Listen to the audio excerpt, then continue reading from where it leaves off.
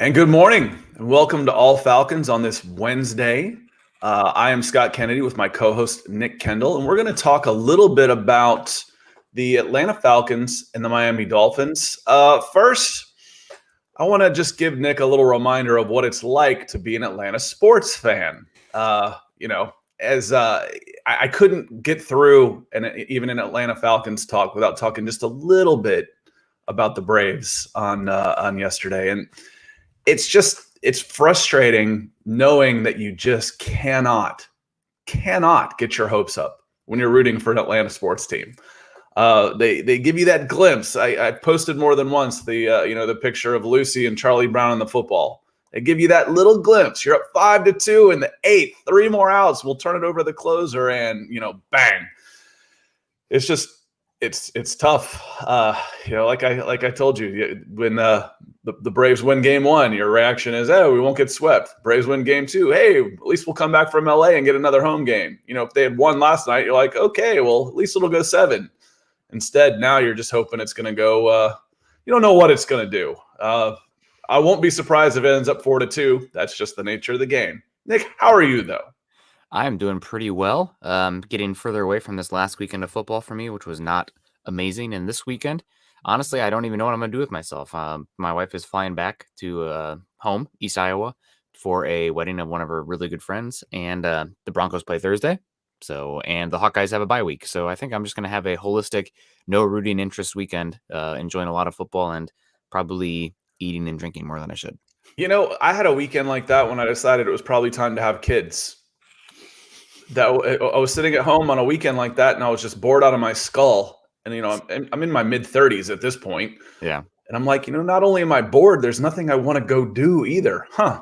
Maybe it's time to have kids. That's what people seem to be doing. Yeah. So I was late to the game, and it was good. But let's get to the topic at hand.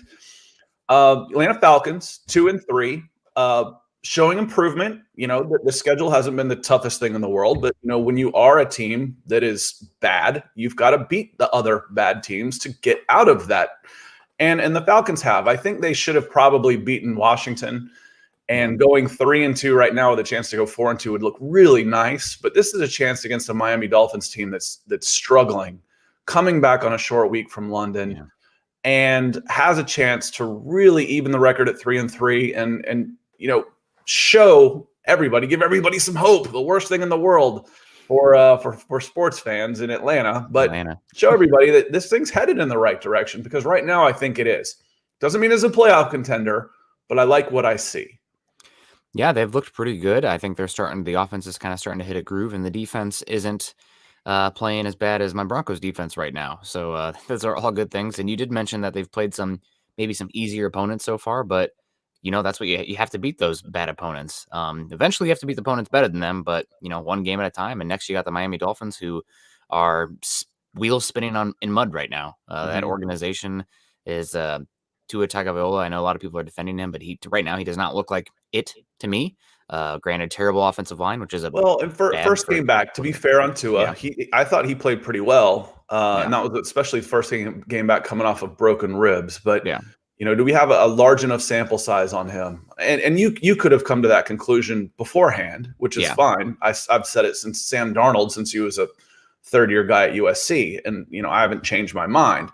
But to be fair, from this past week, I think Tua actually played pretty well, and especially coming off broken ribs. I've broken a lot of stuff, but I haven't broken ribs, thank goodness.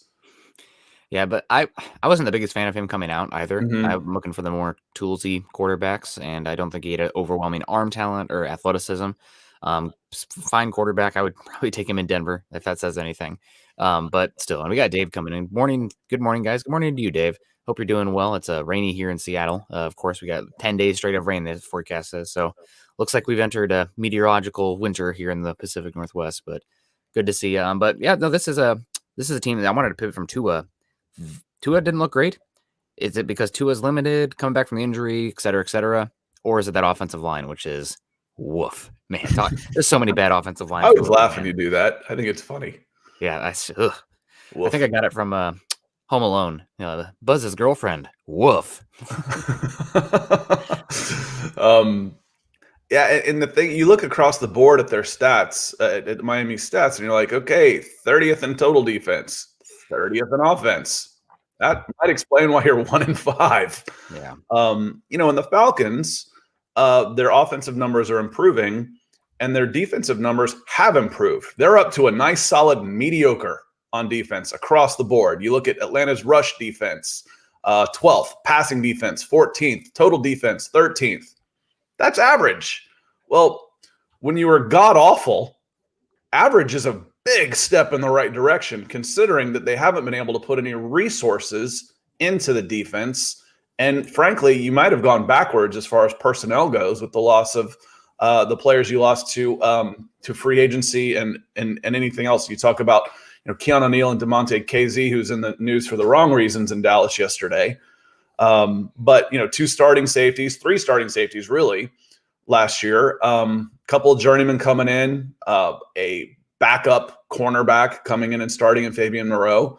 And you're sitting there in the middle of the pack on the defense. Credit Dean Pease and credit these players for buying in and playing hard and learning as they go and doing so much more. Now, on the other side of the ball, one of the topics I wanted to get into, Falcons made a couple of moves on the offensive line that's can be really scary depending on how you look at it.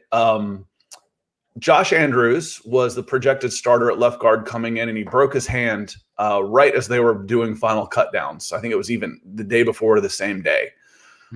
So he's missed the whole season. Now, Jalen Mayfield was forced into that left guard position, and he's been below average. Let's not sugarcoat it. He's been below average, Struggling. but Josh Andrews wasn't like a plus starter to begin with. He was, oh yeah, Josh Andrews is back. This isn't getting back Chris Lindstrom. Josh Andrews isn't very good. Then Caleb McGarry, who's been awful at right tackle, goes on the injured COVID list. So there's a couple of options there coming in. What do you think? What do you think's going to happen? I've got some ideas on it. I want to hear yours. Well, personally, I think that Jalen Mayfield, if the other guard is not enough of a upgrade, I'd probably lean towards the youth and cohesion on the offensive line as well. I mean, you already have, 5 games with Jalen Mayfield there at left guard. Now, granted, they did bring in that rookie there that week 1 who got from Stanford. Drew Dahlman. Yep, and he struggled. Yep. So I would probably lean Mayfield, understanding that he has not been setting the world on fire. I don't think he's been as bad as he was in that Eagles game. Granted, I don't think there's any defensive tackle playing well outside of Aaron Donald. I don't think there's a defensive tackle that's playing as good as Javon Hargrave is right now, and he really showed in that game. But that's probably what I'd go at the left guard. Right tackle, though, I mean, if McGarry's out, I'm not sure what options you have, really. I mean, obviously McGarry has been struggling. I think right now, because Jalen, maybe I'm going to say hello to a couple guys in the chat. And Dave, I see you have a couple of nice questions in here. We're going to get to those too. And want to say good morning to DBA as well. Thanks for coming in. And as always, and the first thought that pops into your mind is like, oh, Josh Andrews is back at left guard. Yeah. Jalen Mayfield practiced in the preseason at right tackle. Okay, so he moves to guard. Jalen Mayfield moves over to tackle. I don't like Mayfield's tape at tackle. Mayfield was bad at tackle. Yeah, and Josh Andrews isn't all that great. No. So I coming off of an injury where he hasn't played, I think if you move 2 guys like that, I think you have a chance for a freaking disaster. Yeah, you probably should just lean into Jason Spriggs. I know that he was a disappointment. I think that's the way they go. I thought it was a little interesting that they released a depth chart and had Colby Gossett as the backup right tackle. He's a journeyman who hasn't played really in any meaningful snaps in 3 or 4 years, been on practice squads, and he's a guard. That's how bad the options are at right tackle right now. I think Jason Spriggs has 9 career starts. Super athletic. I looked at his combine numbers. I'm like, well, no wonder he went second round of the Packers. In 2016, I think it was, or maybe 17. And he's running a 4.9, a 4.4 shuttle at 6'6", 300 pounds. Yeah. You followed the draft over the last 5 years more closely than I have. Did you see him, especially as a Big Ten guy? Yeah. Did you see him at Indiana and have any idea what he was like? I liked his athleticism a good bit. I thought he had a really hard time. And I liked him. I've learned a lot, I guess, in the 5 years doing this. And at that point, it's like, oh, athletic tackle who fits all the physical size metrics that you want as well. That's the guy that you take a swing on, and hopefully he develops.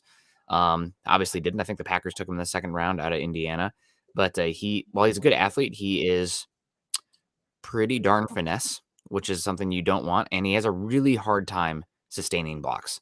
It's like he has got paper mache hands out there.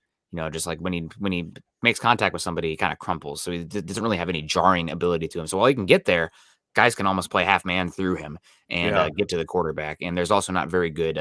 You never want him to be the strong side of the lead side for a point of attack rushing, because he just doesn't get much movement. So can get in front of a guy. But the ability to anchor and the ability to hold his blocks, not holding, but hold his blocks, has always been a issue for him. Well, I think based on Arthur Smith's formations and a lot of the the 12 sets and stuff where he's going to go double tight ends, I think you're going to see a lot of Lee Smith on that side. Lee Smith is huge. Yeah, he's I didn't realize how big he was. You see height and weight listed and stuff, and I see him come up and congratulate like Kyle Pitts on a catch. I'm like, oh my God. Yeah. That guy's massive. No wonder he works out in the preseason with the offensive lineman and goes over. So again, I think it makes more sense to try and protect, and you still have to protect Mayfield. Don't get me wrong. But Mayfield, at least, you know what you've got there. You know what you're going to get out of Jalen Mayfield for the most part. He's still a rookie, but he's an improving rookie. He's a guy that you can count on to move a man in front of him in the running game. Now, you're not sure what you've got at right tackle. You can help that spot. If you've got two where you've got big question marks going, you're in trouble. And that's where it was in week one. And we saw what happened in week one against the Eagles. The Falcons' offensive line was scary bad. Yeah. And that's what I would concern me if you tried to move two guys right now. Yeah, especially with as much youth as they have there.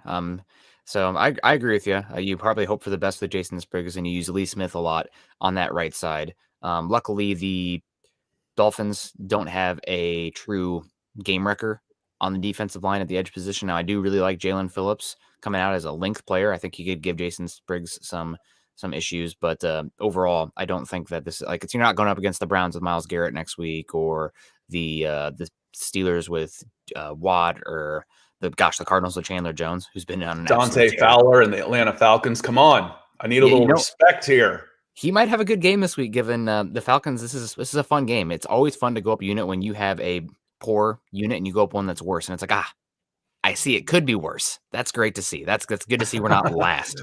The Dolphins have been bad, man. Talk about Jason Spriggs being a soft guy who can't hold a block. Austin Jackson with the Dolphins already moving to guard right now, getting Tua killed. Maybe the Dolphins shouldn't have traded up their first round pick for a wide receiver. Maybe they should have taken Penei Sewell, but here we are. I thought he actually had a decent game in the last game, and I went to see him like, and I don't, like I said, I haven't followed the draft as closely as you have the last 3 or 4 years. So I'm like, Austin Jackson, I know that name. That's because I was probably living in California when he was being recruited. USC first round. Oh, he's not playing that well, and not a guard. But let's hit on the chat a little bit before we get moving. Dave had a couple of nice questions in here. So I think the Falcons will get to judge Coach Smith on a curve this week in terms of having his team prepared coming off a bye. I agree as far as they should look good. They should look good. They should be, the way things have been going. They've got 5 games under the belt. This isn't quite like coming out of the preseason where they didn't play a single friggin' starter for the entire month, and then it looked it when they went against the Eagles. We got 5 weeks under our belts. We've had a week off. These guys are jet lagged. I agree. I think this is you're getting healthy in a couple of spots. Josh Andrews is coming back, Calvin Ridley, Russell Gage. You've lost some players long term, but all the advantages that you could ask for a road game in the NFL right now are falling for the Falcons. Yeah, and I want to touch on this point by Dave. Thank you so much for being active in the comment section here. We appreciate you, and good morning to you. If you're East Coast, I guess maybe not as morning as it is out here. But one thing about you talking about grading him on a curve coming off a bye, did you see Brandon Staley with just another banger? Man, he's just only producing gold records at this point with his press conferences. The Chargers are on a bye this week, and he's talking about, does it give you an advantage preparing for your extra opponent? He's like, we're not going to do that this week. We're not going to change the formula and use 2 weeks to prepare for one opponent. Instead, we're going to use this bye week to self-scout. Look at our to get better. to make our team better rather than scheme and prepare for that team. Now, will I watch some of them? Yes, but mainly it's going to be watching what we've done so far and seeing what we can tweak to be better. And I think, to be fair to whoever asked that question, preparing for the opponent is preparing yourself mentally, physically, getting healthy. You have had 2 weeks to prepare. Yeah. It doesn't necessarily mean you're changing. You are preparing for 2 weeks for the next game. Yeah. So I like what he says, but I also get the question. No, it may have been not to disparage Dave at all. Just I think that's an interesting comment that kind of opens your mind of understanding of what the NFL is actually going on there. It's kind of like, I don't know if you watched the Manning cast week 1, but they talked about like Peyton was, they're like, oh yeah, what about halftime adjustments? And Peyton and Eli are just ripping it. It's like, we don't have any time to do that. By the time we sit down and get a drink and use the restroom, it's like, okay, time to go back out. Everybody keep doing what you're doing. Every time a reporter asked me about halftime adjustments, I just laughed because it didn't happen. So that's kind of the peeling back the curtain there as far as some tropes, but thank you very much. And as you see how Dave phrased this, I think is more realistic to the question that was probably being asked to Staley. It just wasn't phrased as well as Dave does in terms of having your team prepared. Your team is more prepared because you've had a chance to get healthy. You've had a chance to get a couple of guys back. You've had a chance to rest up some bumps and bruises. All of those type of things. So your team should be more prepared after a bye week in theory. So I agree with you on here. Charlie coming in from Facebook. Appreciate you coming in. One of my favorites, the Falcons. One of our favorites too.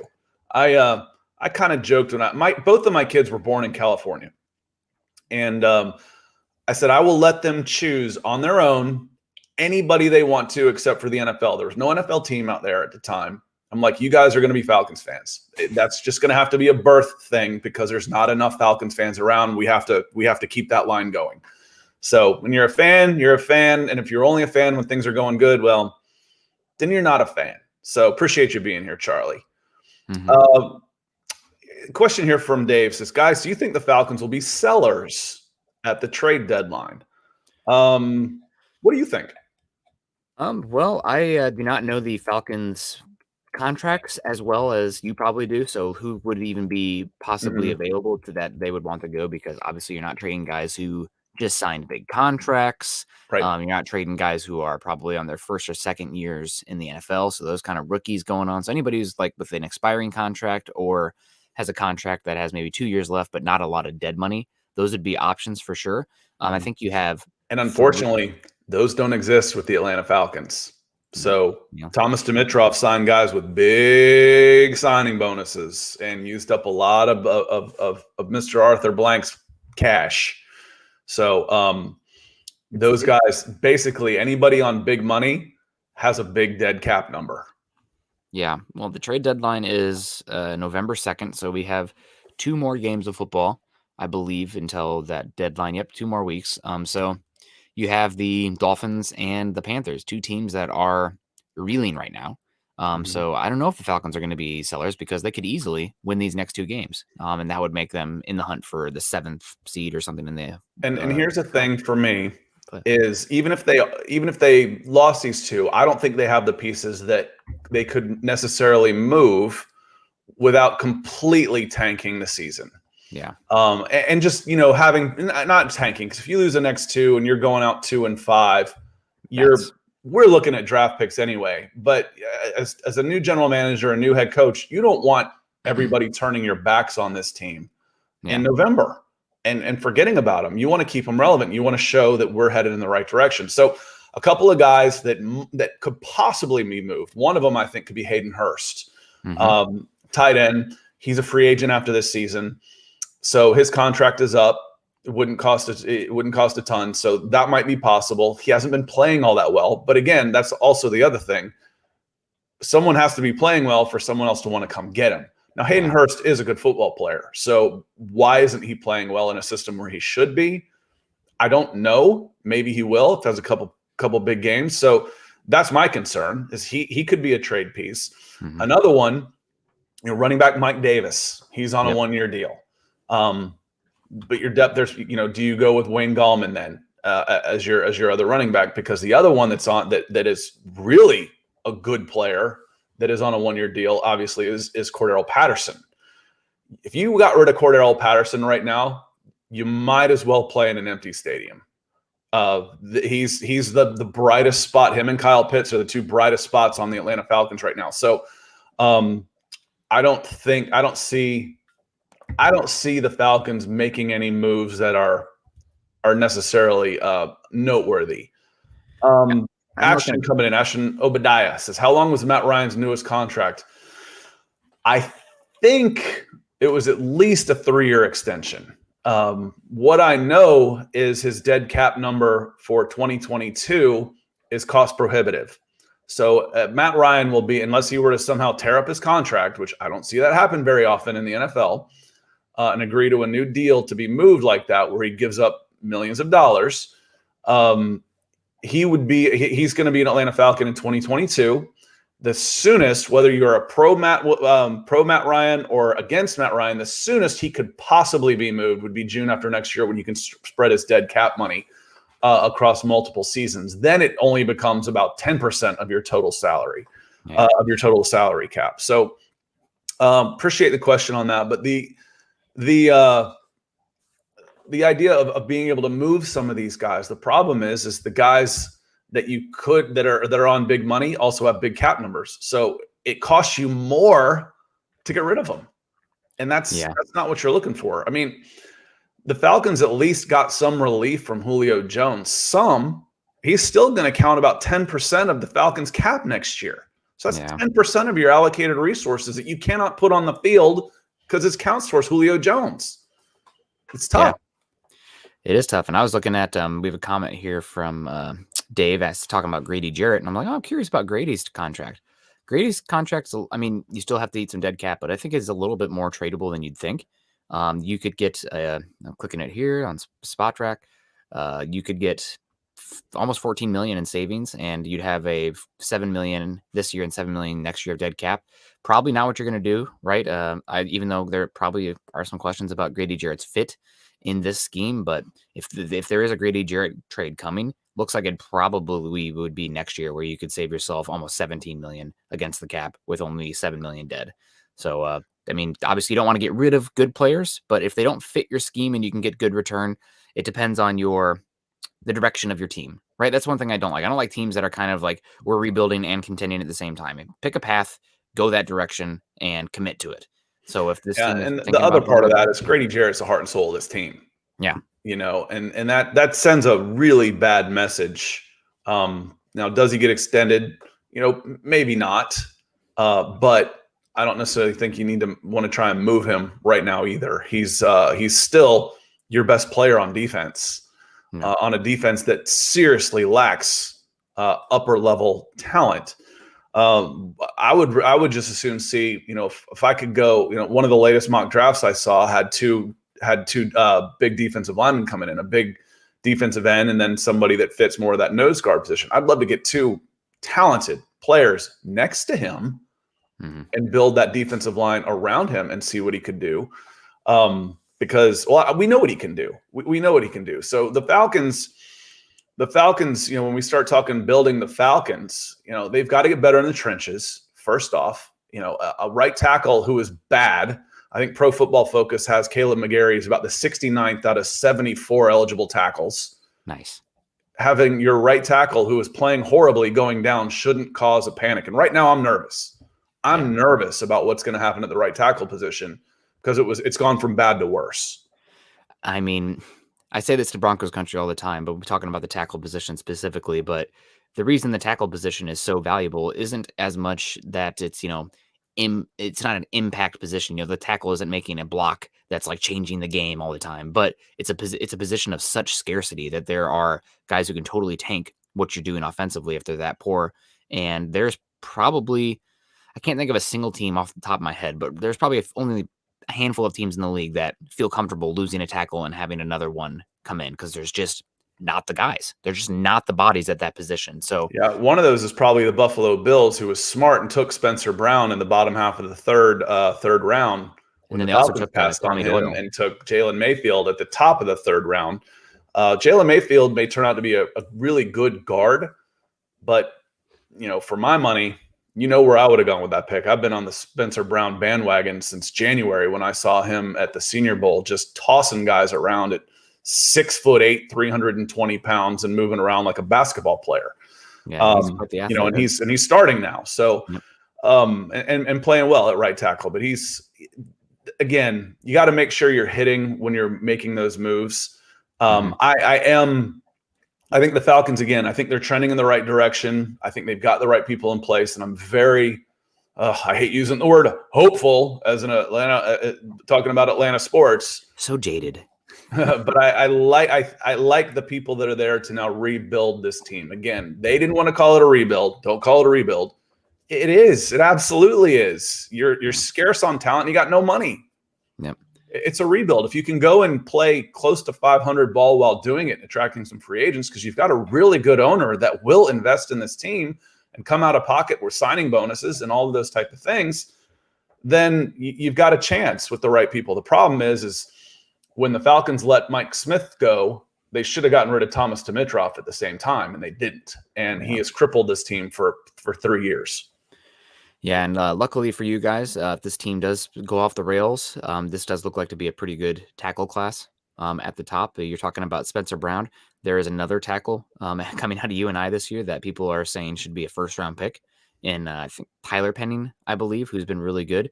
And I don't know if you've got a chance. I know that I'm just a freaking maniac, and I love watching the college games and the evaluation. But everybody knows Evan Neal, Alabama, absolute unit, 6'8", 10,000 pounds or whatever he is. He's awesome. That's just his left leg.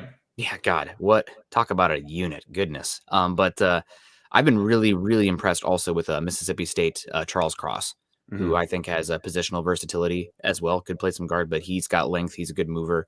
And I wouldn't be shocked at all if he's a top 10, top 12 pick. I haven't watched around as much. I've watched a lot of the top SEC teams. Okay. Well, a lot of them. There's really only 2 top SEC teams. Yeah. But I've watched several. I've watched some LSU, some Georgia, some Alabama, some Auburn. And I'm looking forward to. And hello, Peter. Welcome in, and good evening. Good evening in Cambodia. We'll see you tomorrow morning for you. Tonight for us on the Broncos channel. So where was I? Help me out here. I got thrown off thinking cross time zones here. We were talking the offensive line and the tackle position for the Falcons. We were also talking the draft there for the. We were talking. I know where I was going with this. Was with the draft and the SEC football is, for quarterbacks and for drama. Who would have ever thought that Ole Miss and Liberty on November 6th was going to be must see television? What a game! That is Hugh Freeze coming back with his Liberty team to Ole Miss, where he was run out disgracefully, for lack of a better word, and he's bringing Malik Willis with him, who could be a first-round draft pick next year. Roswell, Georgia kid, that's about 20 miles north of the city center in Atlanta. Went to Auburn for a year and transferred out, and now could be a first-round draft pick out of Liberty. Going back to Ole Miss, who has Matt Corral, who could be a first-round draft pick out of Ole Miss at quarterback. So and Lane Kiffin should be a good game to watch for lots of reasons. Mm-hmm. No, absolutely, that'll be a great one. I wouldn't say that I'm totally out on this draft class at quarterback, but man, it's really a letdown for the eyeballs after watching the quarterbacks last year so far. But we got Sunny Days coming in here with the 2 thumbs up. Thank you very much, Sunny Days. We appreciate that. And Jetty Splash coming in, rocking the sandpiper there, saying, "Hi guys, hello to you." I think it's a sandpiper at least. I was saying, dang, that's good, man. You got the little legs, look like it's on a beach. I'm guessing here, but it's a cute little bird. Appreciate it, and I appreciate you coming in. And thanks for joining us today. But yeah, no, this Falcons team, they're trending in the right direction. I think Matt Ryan, while he's lost a little bit of power on his arm, he's running this offense pretty well. And I'm really excited to see what Kyle Pitts can do the rest of the season. And arm strength was never really his big thing. No. He had plenty of arm, but it wasn't, he had the enough factor. Yeah. Did Scott freeze or was it me? All right. Well, I am not sure what's going on here, but yeah, Matt Ryan, good quarterback. Obviously somebody by any stretch. Oh, we lost that. Looked like a StreamYard thing kind of glitched out on us for a second. Yep, you're back. I'm back. We're all good. Yeah, you froze for a second and the chat was still going. See, it was a piper. It's a piping plover, unless he's teasing me. I don't even know what that is. Yeah, no, Matt Ryan would be good. Maybe not the class for the Falcons to look for the heir apparent, but I'm also of the belief that maybe you just need to keep swinging. So if maybe that's something you go, if you like somebody enough that fits your culture and scheme in the third round, take a swing. Maybe you end up with a Dak Prescott. If not, is using a third round pick and burning it on that for the risk reward worth it? Maybe. Oh man, it was actually Scott's internet for once. Man, what a time to be alive. That's first time, guys. Write it down. But yeah, welcome back. Yeah, and I don't think I'd have like 7 kids dual screening and playing games and stuff. My daughter will play Roblox with her iPad, and she's FaceTiming her friend while they're playing together. So I'm like, well, that's fairly social. Last question from Dave. I think you touched on this. Do you consider a 7th round draft pick capital when compared to other picks? Not really. It's kind of a throwaway pick. Yeah. Maybe get lucky on it, but usually when you're trading something like that, you're just trying to get something back, take a chance. It's more like a lottery pick almost, and not a good lottery pick like the NBA. Like a lottery pick, like I might get lucky, but I'm really bad at math, so I'm going to buy a lottery ticket. The way I look at 7th round picks is they should be building blocks for your special teams. I'm going to say a special teams guy. Yep. And maybe you save a little money. It's not our money in there, but if I can pull $500,000 off of my payroll, that's $500,000 I can put back into the team. Yep. When you're talking about guys that are on $6 and $7 million contracts, if you can move them for half a season, that's $3.5 million. That's in the real world, that's still a lot of money. Yeah. So that is, it's like, hey, I can clear $3 million off of my payroll. I can put that back in the team somehow, some way, or the owner puts it in his pocket. That's still $3 million that he's not paying out. And maybe I get lucky and get a special teams guy in the 7th round. And also 4 years of cost control. Essentially, it's just an extension. It's a priority undrafted free agent. You don't have to compete with other teams to get that. And the player likes the fact, hey, I was drafted, but it's almost better for him to be an undrafted free agent at that point because he gets to pick a spot that's better for him. Yep. Exactly. Well, Nick, I know you've got to go. We're just a shade over 30 minutes here. I don't see too many questions coming in. There's one from Peter, and I can hit on a couple with Dave. So I'll hit on those for a few minutes, and then we'll get out of here. But I want to say thank you for coming in. We will be back tomorrow on Mile High Huddle on YouTube, talking, previewing the game Thursday night. So for Falcons fans, come on in and say hello because we're going to do some fantasy stuff. So hit some questions. We'll talk some fantasy players. And, that's it. So, Nick, have a good day. I'll see you tomorrow morning.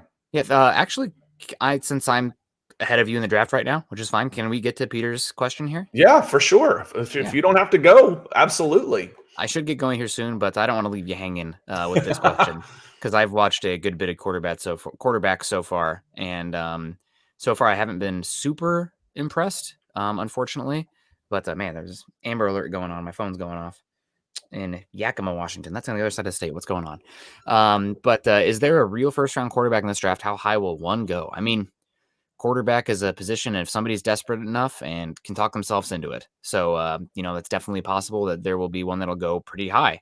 I don't think there is one that is worthy of a top 10 pick right now, which is pretty much how I categorize. Maybe like first top 3 pick, 10 overall, top half for the first round, and then first round pick. I think most of them, there might be one that's worth first half. Somebody, because we still have half a season to go, somebody could show out and do that. But right now, the top 2 I would say would be Malik Willis and Matt Corral. Willis has struggled the last 3 weeks. He's thrown out some bad interceptions and has like no pocket awareness. He's a great athlete, but he's just like running into sacks right now, which is not great considering Liberty's level of competition. A couple of guys who have stood out for me that are ascending players, but I still just don't think they have. Is it just me? A couple of players who are just the ascending players right now that don't impress me as far as top of the first round picks. There's one that's Kenny Pickett at Pittsburgh. He's a little older. I think he's going to be 25 sometime next year. So that makes him an older player in the draft class.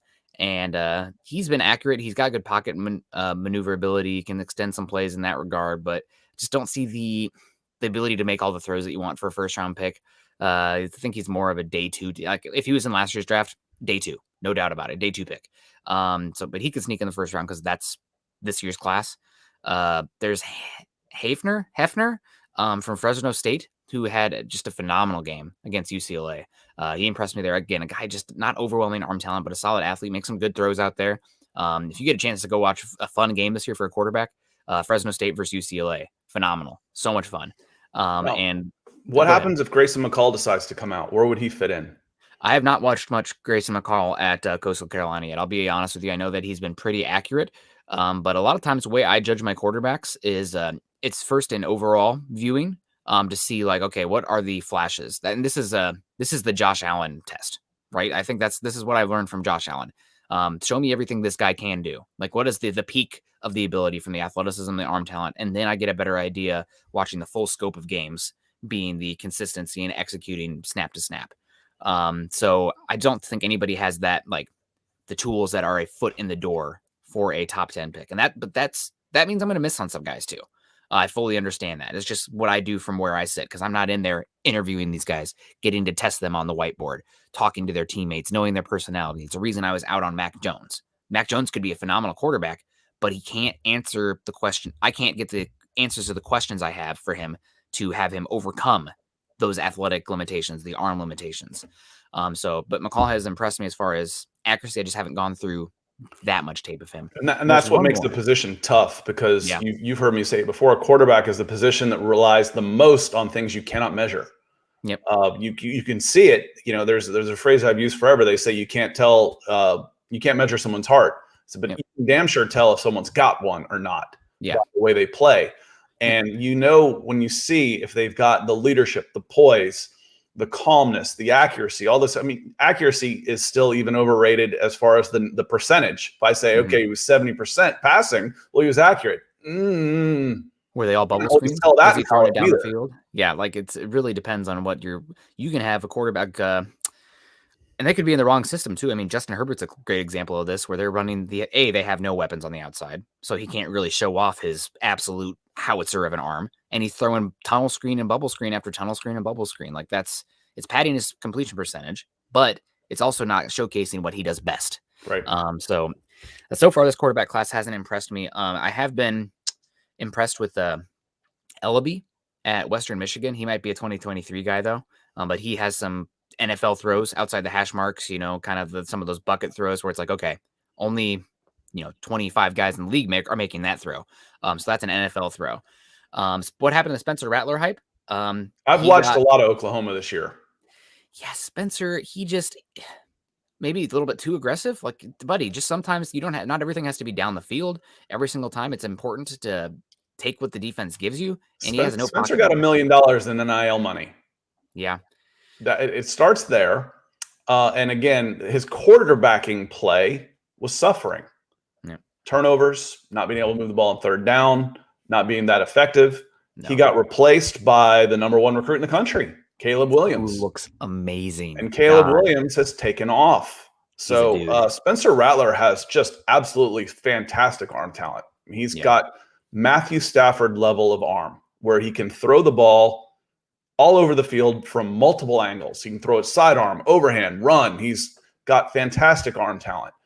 But going back to the Mac Jones thing, can he play quarterback? He's going to pass all of those, this isn't a dig on you, Nick, but the Nick tests of what pops, what shows up for you. My God, this kid can throw the ball, but is he a good quarterback right now? Not right now. He's not. Yeah. So I think Spencer Rattler has a better chance of being in the transfer portal this year than in the NFL draft. Yeah. And for me, the tools is it's a foot in the door conversation, right? It's like once you pass that first hurdle, then we move on to the next. Right, and that's what you've heard me call it, the enough factor. Yep. Do they have the enough? Is he big enough? Yeah. Is he fast enough? Yeah. Does he have enough arm strength? Yeah. Is he accurate enough? Okay. Now what else? Yep. Now I need to dissect the player. Now I need to know. Once they have the enough factor, now I need to dig in. Yep. Spencer Rattler has enough plus of all of the physical tools, but again, the quarterback makes it the hardest position to scout, because you can't measure. Bigger, faster, stronger is typically going to win in the NFL. It's easy. It's an athlete's game. But quarterback isn't just an athlete's game. That's where you have to have the things you can't measure. The it factor you always hear about. And right now, he ain't got it.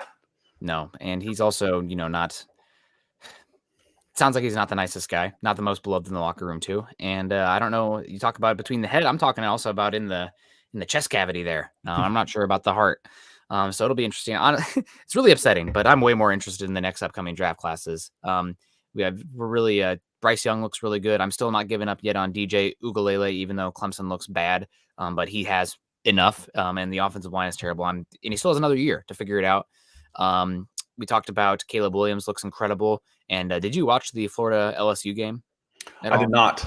Okay. The Emory Jones, who was a 4 or 5 star recruit there, he got another guy who got replaced by a younger, higher rated recruit, Anthony Richardson, coming in for Florida. Man, the only thing I joked about that game was, I went to an SEC game and a Big 12 game broke out. Yeah, that's well, I mean, I guess it was classic Big 12 fashion, but the thing that made it more SEC was that it was running centric. It was I don't know if Florida's defense had ever seen a counter in their life.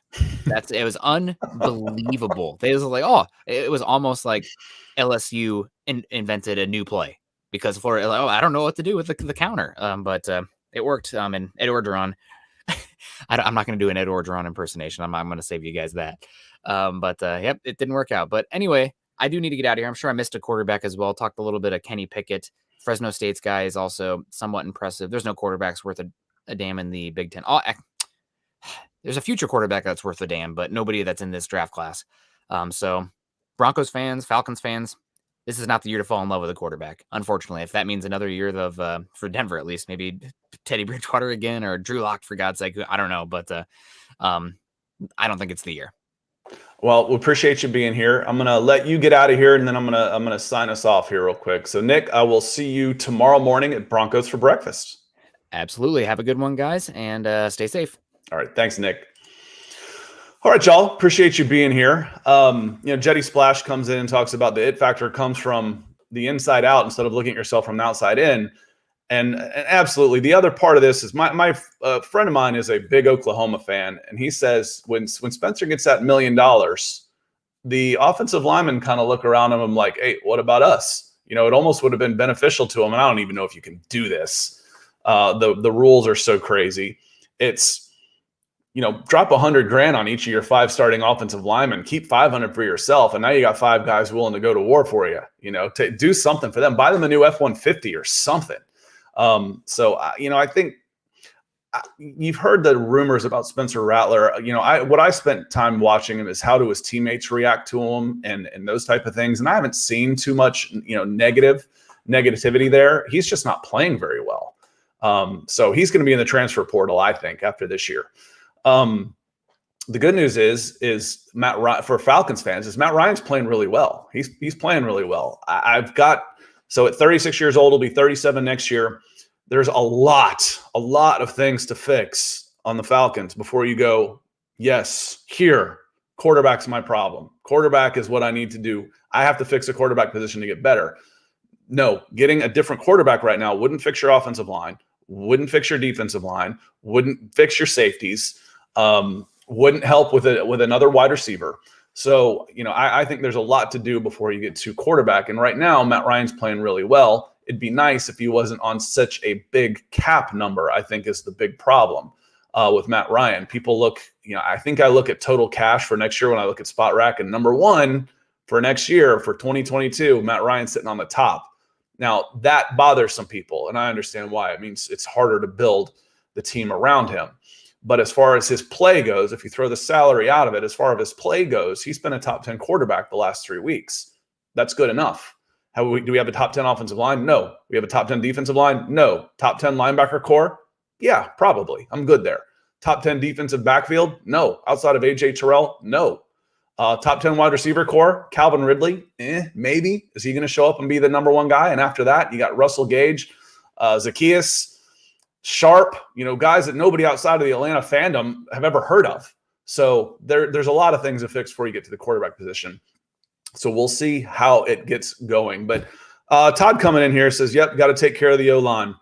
I agree. The biggest disappointment for me on there is probably at right tackle is Caleb McGarry. I think he was a first-round pick, and he's ranked in the bottom 10th the bottom 10th of linemen on Pro Football Focus's grades right now, and the eye test says that's fair. Sometimes I see things. You always say, who's doing the grading, who's doing the scouting, because I'll see things like, wow, that guy looked really good, and then I'll look at Pro Football Focus, and it was like, no, he was terrible. I'm like, I disagree. My eye test matches up with their grading for McGarry. He hasn't been very good, so the Falcons are gonna have to come out of the draft class or free agency somewhere with a serviceable offensive tackle on the right side to at worst push McGarry into becoming a guy that can play up to that first round status. So I'm going to get out of here, y'all. Appreciate you being in. I'm still a little angry from the Braves game yesterday because I dared to just think for a second to get my hopes up. I know better. Lucy's going to pull that football and I'm going to end up flat on my back every time. I know better. But 5-2 in the 8th to go up 3-0. I know better. So we'll see. We'll see today. Be watching the game later today, watching a little football. I like the Falcons' chances against the Miami Dolphins. Things are set up well for them. They're playing better than the Dolphins right now. They're coming off of a week's rest. The Dolphins are they're in desperation mode. I think Dave said that for sure. They are in desperation mode, but is that going to be enough coming off of a short week and a jet lag trip to London? And frankly, they're not very good. So I do like the Falcons in that game, but we will find out for sure. And until next time, I appreciate you being here, and we'll talk to you again soon.